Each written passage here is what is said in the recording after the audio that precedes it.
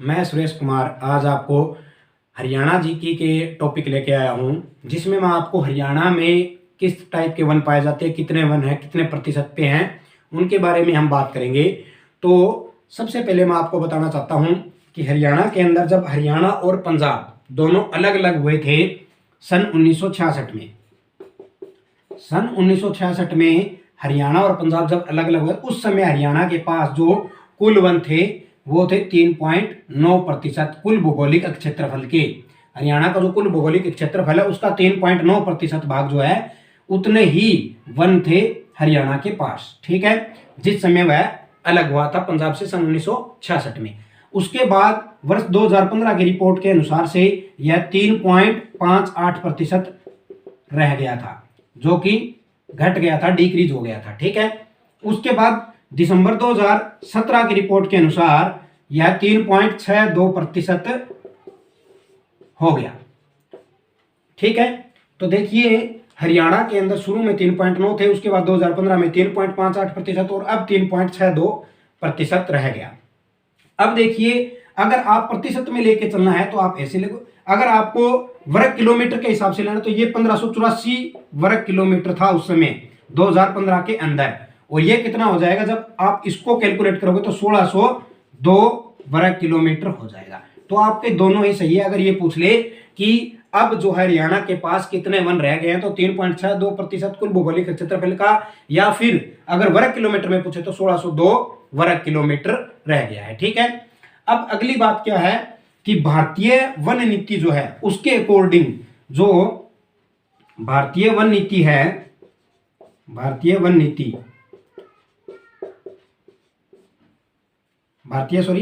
इसको आप भारतीय भी कह सकते हो या फिर राष्ट्रीय भी कह सकते हो, नेशनल राष्ट्रीय वन नीति जो है उसके अकॉर्डिंग जो है कितने वन होने चाहिए प्रदेश के पास। प्रदेश के पास जो है उसकी 20%, उसके भौगोलिक क्षेत्र का 20% है, उसके ऊपर वन होने चाहिए।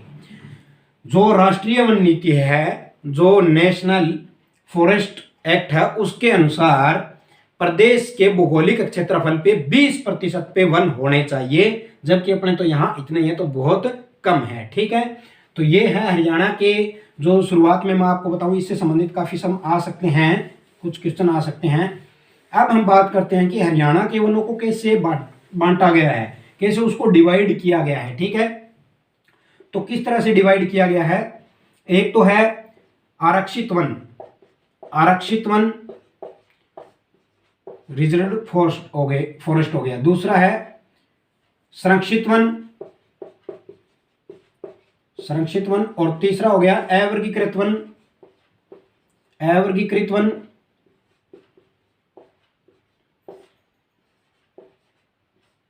ठीक है, और चौथा है भारतीय नीति के अनुसार बंद किए वन, बंद वन। यहां पे देखिए आरक्षित वन जो है वो कहां पाए जाते हो, कुल इनका क्षेत्रफल कितना है तो मैं आपको बता दूं। सबसे पहले तो इनका क्षेत्रफल है 249 वर्ग किलोमीटर के ऊपर आरक्षित वन है। इसी तरह संरक्षित वन जो है वो 1158 वर्ग किलोमीटर के ऊपर है।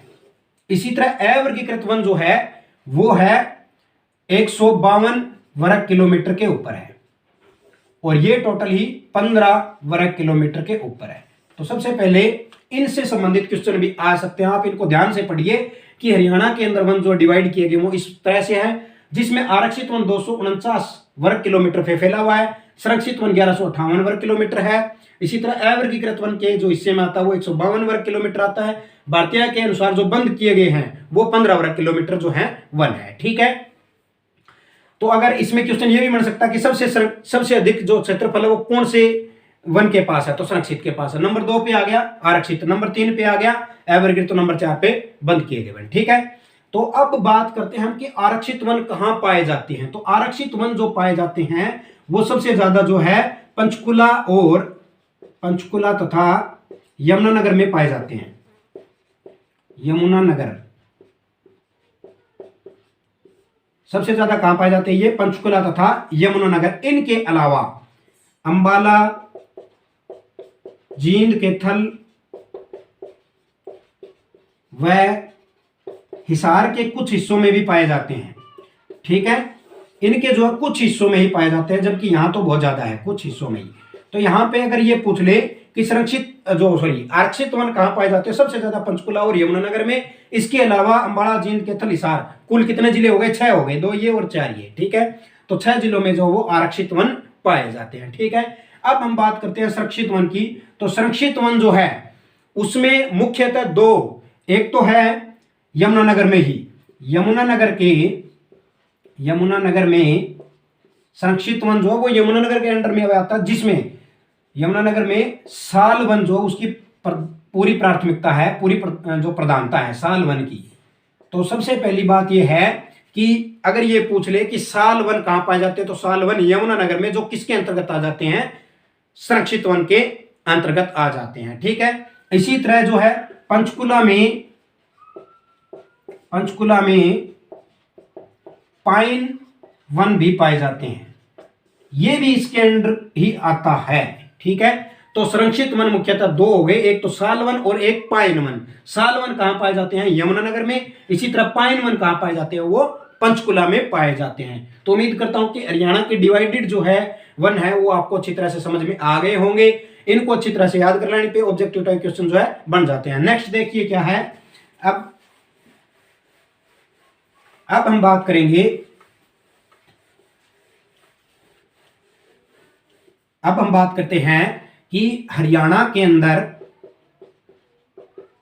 हरियाणा में कुल वन, अगर अभी मैंने बताए थे कितने क्षेत्रफल पे, अगर 2015 के हिसाब से पूछे तो 1584 वर्ग किलोमीटर कर देना, और अगर 2017 के हिसाब से पूछे, ये 2015 की रिपोर्ट के अनुसार है, 2017 दिसंबर 2017 के हिसाब से पूछे तो 1602 वर्ग किलोमीटर, मैंने अभी भी बताया था। लेकिन अब हम बात करेंगे कि सबसे ज्यादा किस जिले में पाए जाते हैं, सबसे कम किस जिले में पाए जाते हैं। तो हरियाणा में सबसे अधिक वन क्षेत्रफल वाला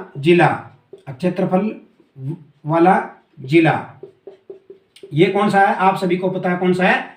पंचकुला। कितना है? 395 वर्ग किलोमीटर है इसके पास, 395 वर्ग किलोमीटर, ठीक है। अगर सबसे कम वाला पूछे, सबसे कम ठीक है, सबसे अधिक वाला तो पंचकुला हो गया, सबसे कम वाला पूछे तो पानीपत। क्या आएगा? पानीपत, जिसके पास 15 वर्ग किलोमीटर के वन है, वर्ग किलोमीटर, ठीक है। यहां पे 15 है, ये 15, ठीक है। तो सबसे अधिक वाला पंचकुला, सबसे कम वाला पानीपत। अब देखिए एक और है, कुल भौगोलिक क्षेत्रफल के हिसाब से वन की प्रतिशत अगर पूछे तो भी पंचकुला आएगा। यहां पे चेंज हो जाता है, कुल भौगोलिक क्षेत्रफल के हिसाब के अकॉर्डिंग के अनुसार वन की प्रतिशत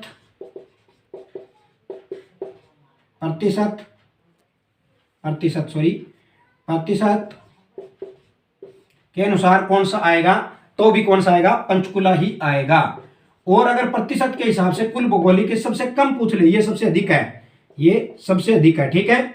अगर सबसे कम पूछ ले तो क्या आएगा? फतेहाबाद। अगर सबसे कम पूछे इसमें, सबसे कम, तो आ गया फतेहाबाद, ठीक है। अब एक और है कि प्रति लाख व्यक्ति के हिसाब से कौन से जिले में अधिक वन लगाए जाते हैं, या कौन से जिले में अधिक वन पाए जाते हैं। पर सबसे अधिक वन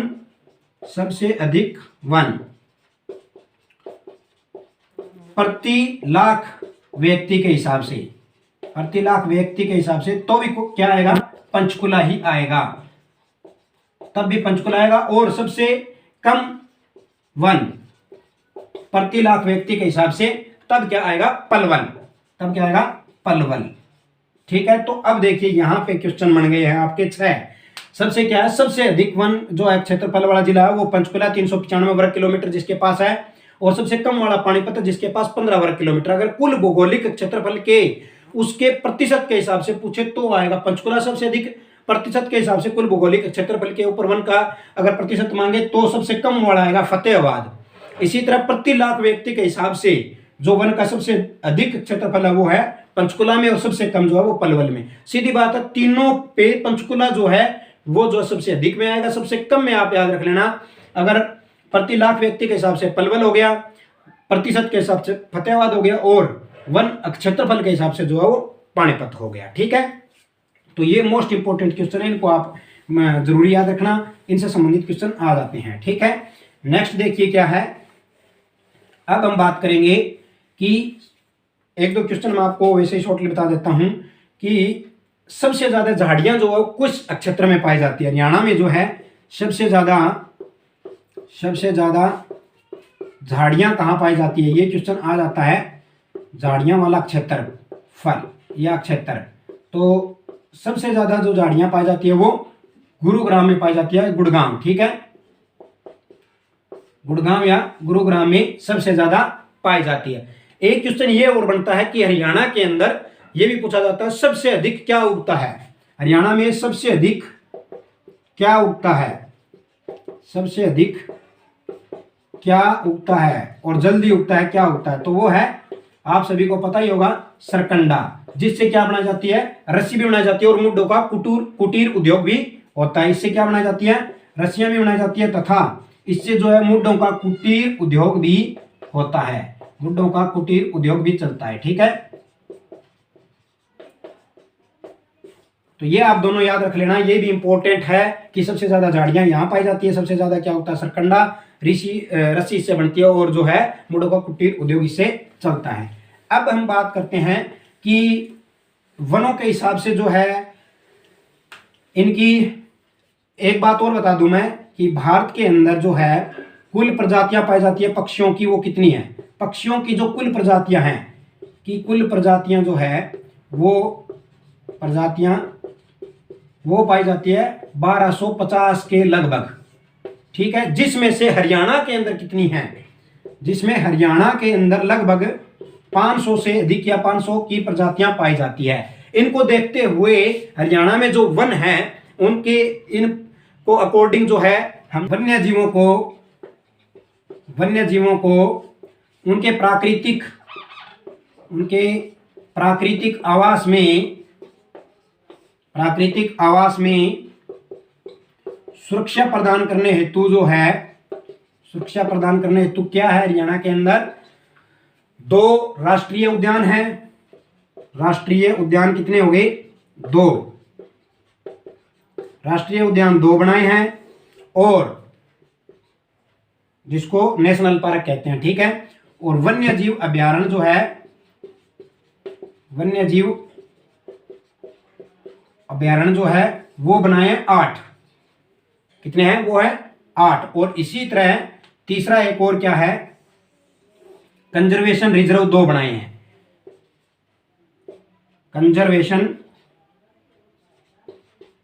कंजर्वेशन रिजर्व जो है वो 2 बनाए हैं।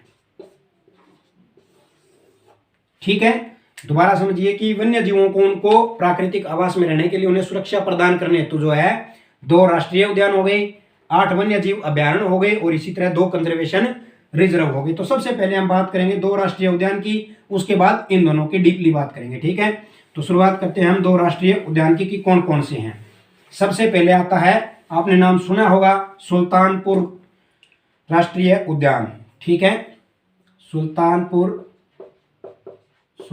राष्ट्रीय उद्यान, इसमें क्या है, पहली बात तो ये है कि ये कहां पे है, ये है गुरुग्राम जिले के सुल्तानपुर में स्थित है, सुल्तानपुर में है। ठीक है, दूसरी बात ये है कि ये कितने क्षेत्रफल में है, तो यह 1.43 किलोमीटर के क्षेत्रफल पर है। ठीक है, तीसरी बात यह है कि ये पहले क्या था, सुल्तानपुर पक्षी जो वन्य जीव अभ्यारण्य था। ठीक है, तो यह पहले वन्य जीव अभ्यारण्य था,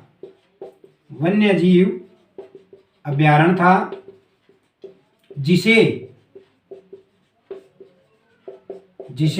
सन 1989 में क्या बना दिया गया, राष्ट्रीय उद्यान बना दिया।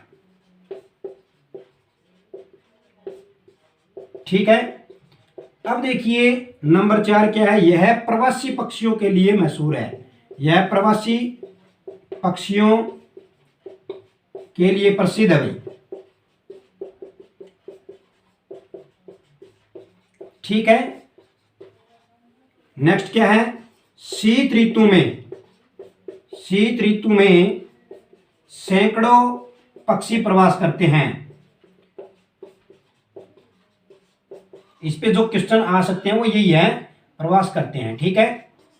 और इसका मुख्य पक्षी भी पूछ ले आपसे तो साइबेरियन सारस जो है यहाँ का सबसे प्रसिद्ध जो है पक्षी है, साइबेरियन सारस। साइबेरियन सारस जो है यहाँ का प्रसिद्ध पक्षी है।